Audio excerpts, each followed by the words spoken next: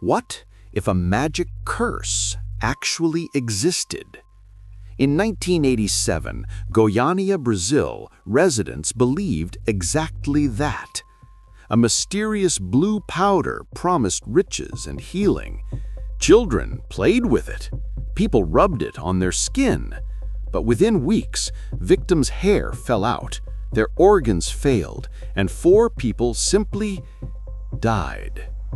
What was this magic? And why couldn't it be stopped? On September 13, 1987, 2 unemployed men named Roberto dos Santos Alves and Wagner Mota Pereira stumbled upon the worst day of their lives. Inside an abandoned medical clinic in Goiânia, Brazil, a city of nearly 1 million people, they found an old radiotherapy machine. They thought metal scrap equals cash. Little did they know, they'd just triggered one of history's deadliest peacetime radiation disasters. They dismantled the device and extracted a lead-steel canister. The capsule weighed just 39 grams, roughly the weight of 3 sugar cubes. Incredibly small, impossibly destructive. Inside glowed a substance like powdered sapphires, brilliant blue, luminescent, utterly beautiful. This was Cesium-137 chloride, one of nature's most lethal isotopes. Roberto sold the canister to a scrapyard owner named Ivo Ferreira. Ferreira's curiosity was fatal. He cracked it open at his workbench. The powder spilled everywhere, and then catastrophe accelerated. Here's what happened next. Ferreira's family touched it. They distributed magical seeds to neighbors like party favors. Children rubbed it on their bodies, thinking it granted wishes. One 6-year-old girl ingested the powder. Ferreira's wife, Maria, received a dose of 5.7 gray. For perspective, that's 57 times what kills most humans. Word spread through the neighborhood. Some called it luminous sand, others gift from God. About 244 people were contaminated. 20 suffered severe radiation sickness. The bright glow made everyone want to touch it. Its beauty became its weapon. By late September, victims flooded hospitals.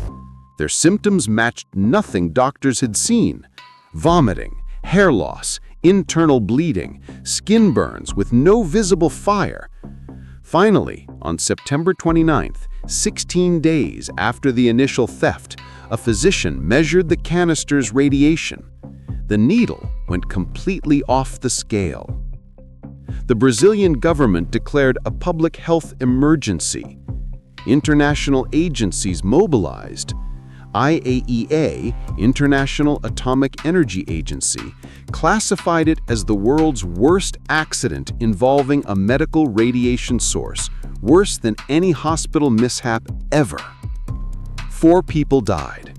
Maria Ferreira on October 23, 1987. 2 young scrapyard workers. A child. But the damage extended far beyond the bodies. The cleanup required demolishing entire residential blocks. Workers removed and buried approximately 3,500 tons of contaminated soil and debris, packed into special steel containers marked with radioactive warnings. Incredibly, Roberto and Wagner lost their hands to necrosis from contamination. They survived, but spent their lives disabled, a permanent reminder of invisible danger. What about the city itself?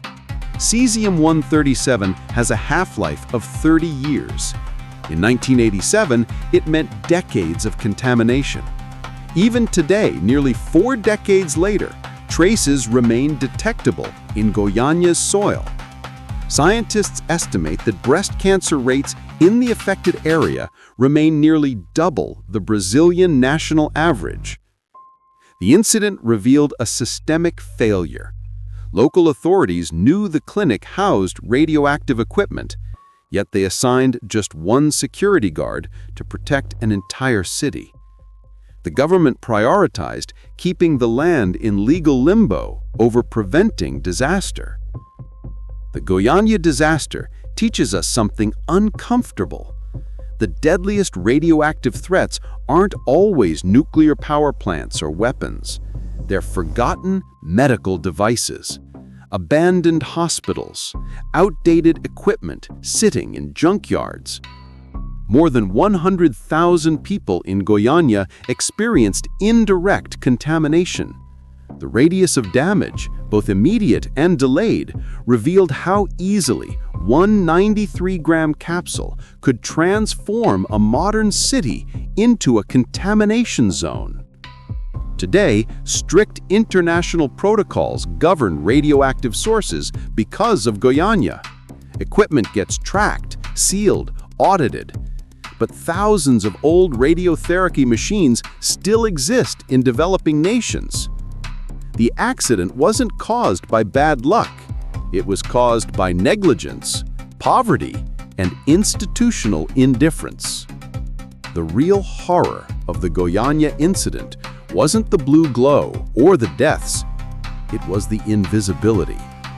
Radiation can't be seen, smelled, or tasted. It kills by rewriting DNA at the atomic level. What the residents called magic was actually chemistry's cruelest trick, something beautiful that destroys from within.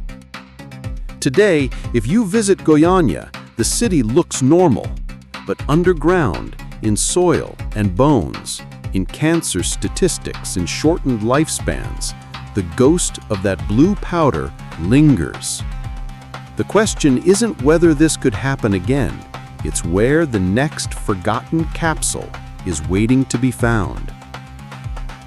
Should governments be held accountable for abandoned radioactive sources? Let me know in the comments below. Don't forget to subscribe for more stories where science and catastrophe collide.